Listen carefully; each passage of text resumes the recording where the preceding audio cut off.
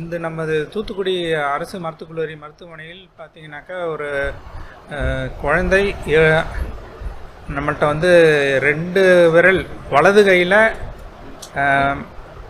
3வது 4வது விரல் ஒட்டியே பிறந்தது. அதை வந்து நம்ம மருத்துவமனையில் 2 விரல்லையும் ஒட்டி இருக்கிறதுல உள்ள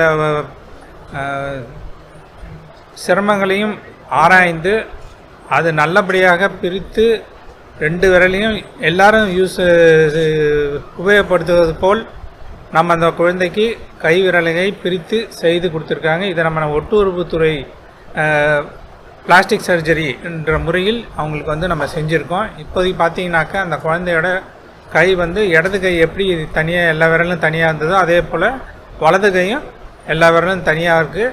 எப்போதும் போல் எல்லா பிடிச்சி எழுதுறது சாப்பிட்றது எல்லாத்துக்கும் இப்போ வந்து யூஸ் பண்ணுறது கரெக்டாக பழையபடி நார்மல் லெவலுக்கு வந்துருச்சு. இப்போ மேரேஜ் ஆனதுக்கு அப்புறமா நான் ஸ்போர்ட்ஸ் ஃபீல்டு, நான் போலீஸில் ஒர்க் பண்ணிட்டு இருந்தேன், எல்லாத்தையுமே விட்டுட்டேன். ஏன்னா எங்கள் மாமியார் சொன்னாங்க, வேண்டாமா நம்மளுக்குலாம் நம்ம ஃபேமிலிலலாம் வந்து ஜாப்லாம் போக மாட்டாங்க அப்படின்னாங்க.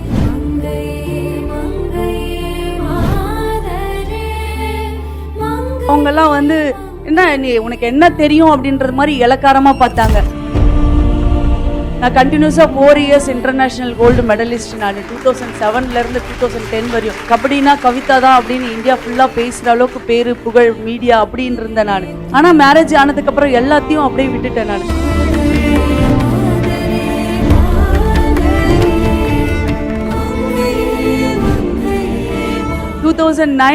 பார்த்துக்கிட்டிங்கன்னா ஏஆர் ரஹ்மான் சார் வந்து அந்த சிங்கப்பெண்ணை பாட்டு பண்ணியிருந்தாங்க. அந்த படத்துல நான் பார்க்கும் போதே நான் அழுதுட்டேன்.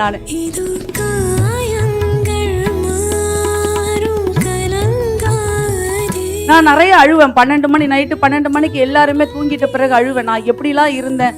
இப்போ வந்து நான் நார்மலாக வீட்டில் சமைச்சிட்டு நான் எப்படி இருக்கேன், நான் ஒரு நார்மலான பொண்ணு மாதிரி இருக்கேனே. நான் உங்களாலையும் கல்யாணம் ஆனவங்களாலையும் சாதிக்க முடியும் அப்படின்ற வார்த்தைகள் வந்து எனக்கு வந்து ரொம்ப ஆணித்தரமாக வந்து என் மனசில் பதிந்துருச்சு. மூவியை பார்த்ததுக்கு அப்புறமா என் மாமனார் மாமி இவ்வளோ அச்சீவ் பண்ணிட்டு நீ வீட்டில் இருக்க, நீ போ, நான் குழந்தைய பார்த்துக்கிறேன், 5 இயர்ஸ் ஒரு குழந்தை நான் பார்த்துக்கிறேன்னு அனுப்பிச்சி விட்டாங்க.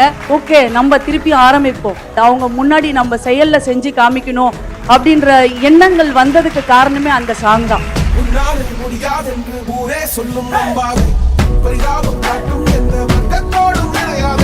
அதுக்கப்புறமா தான் நான் வந்து ஏஷியன் கேம்ஸ்ல வந்து இந்தியன் டீம் கோச்சா ஜாயின் பண்ணி கோல்டு மெடல் எடுத்து கொடுத்தேன். கவிதா எப்படி போனாலும் திரும்பி வந்துட்டா அப்படின்ற மாதிரி இந்த உலகத்துக்கும் தமிழ்நாட்டுக்கும் எடுத்து சொல்ற அளவுக்கு உங்களோட பாட்டு வரிகள் வந்து என்னை மாத்திருக்கு. அதுக்கு நானே ஒரு முன்னுதாரணமா இருக்கேன். Thank you so much sir.